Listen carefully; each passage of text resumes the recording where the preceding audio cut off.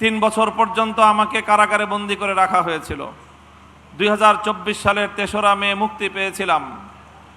তবে সেটা ছিল শুধু বাহ্যিক মুক্তি।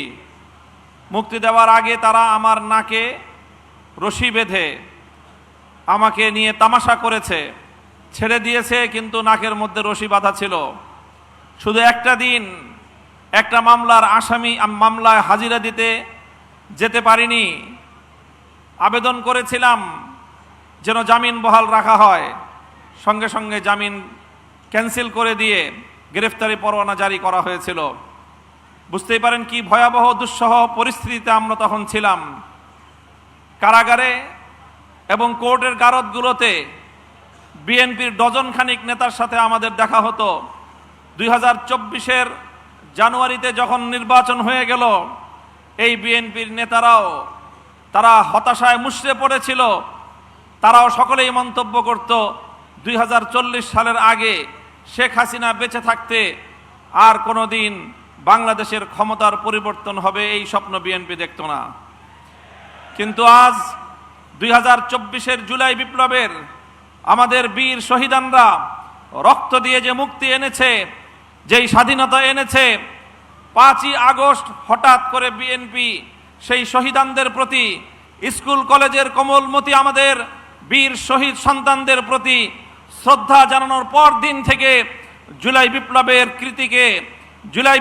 কৃতিত্বকে, জুলাই শহীদদের কৃতিত্বকে খাটো করে দেখবার পায় তারা শুরু করেছে। তাই আজ এই পর্যায়ে এসে আমরা বলতে চাই, বিএনপির সাথে অনেক কথাবার্তা হয়েছে। জুলাই বিপ্লবের সকল বক্তব্যগুলো সামারাইজ হয়ে গণভোটের মাধ্যমে জাতির সামনে উত্থাপিত হয়েছে। 70% ভোটার গণভোটের পক্ষে রায় দিয়েছে। বিএনপি সেই রায় নিয়ে টালবাহানা করছে। আমি বলেছি, বিএনপি এখন যেই রাজনীতি করছে সেটা তাদের দুটি মৌলিক নীতির উপর প্রতিষ্ঠিত। একটি হলো সুবিধাবাদের রাজনীতি, আর একটি হলো দ্বিচারিতার রাজনীতি। নির্বাচনের আগ থেকে তারা শুরু করেছে তলে তলে গণভোটে নায়ের পক্ষে ক্যাম্পেইন করেছে। 300 আসনে 300 এমপি প্রার্থী এবং গোটা বিএনপির তাদের সকল অঙ্গ সংগঠন সহ গোটা জনশক্তি তলে তলে নায়ের পক্ষে ক্যাম্পেইন করে যখন দেখেছে যে হায়ের পক্ষে গণজোয়ার, আমসালা দুটো যাওয়ার ভয়ে শেষ পর্যন্ত বিএনপির চেয়ারম্যান সাহেব বাধ্য হয়ে গণভোটে হায়ের পক্ষে বলেছেন, হায়ের পক্ষে ক্যাম্পেইন করেছেন। কিন্তু যখনই তারা বৈতরণী পার হয়ে গিয়েছেন, সঙ্গে সঙ্গে সেই জাতির সঙ্গে কৃত অঙ্গীকার বিএনপি চেয়ারপারসন ভুলে গিয়েছেন। আমরা বলতে চাই, এই মুনাফিকি করে, দ্বিচারিতা করে একবার গাং পার হতে পেরেছেন, ভবিষ্যতে আপনারা জাতির কাঠগড়ায় আসামি হিসেবে চিহ্নিত হয়ে যাবেন। সুবিধাবাদের রাজনীতি বাদ দেন, গণভোটের রায় কার্যকর করুন। সংবিধান সংশোধনের ওই সকল বুঝ বাংলার মানুষ আর বুঝতে চায় না।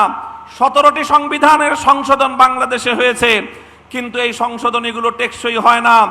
এবারের মানুষের ম্যান্ডেট ছিল সংবিধান সংস্কার পরিষদ গঠনের মাধ্যমে, সংসদকে গাঠনিক ক্ষমতার মাধ্যমে সংবিধানের আমূল সংস্কার মানুষ দেখতে চেয়েছে।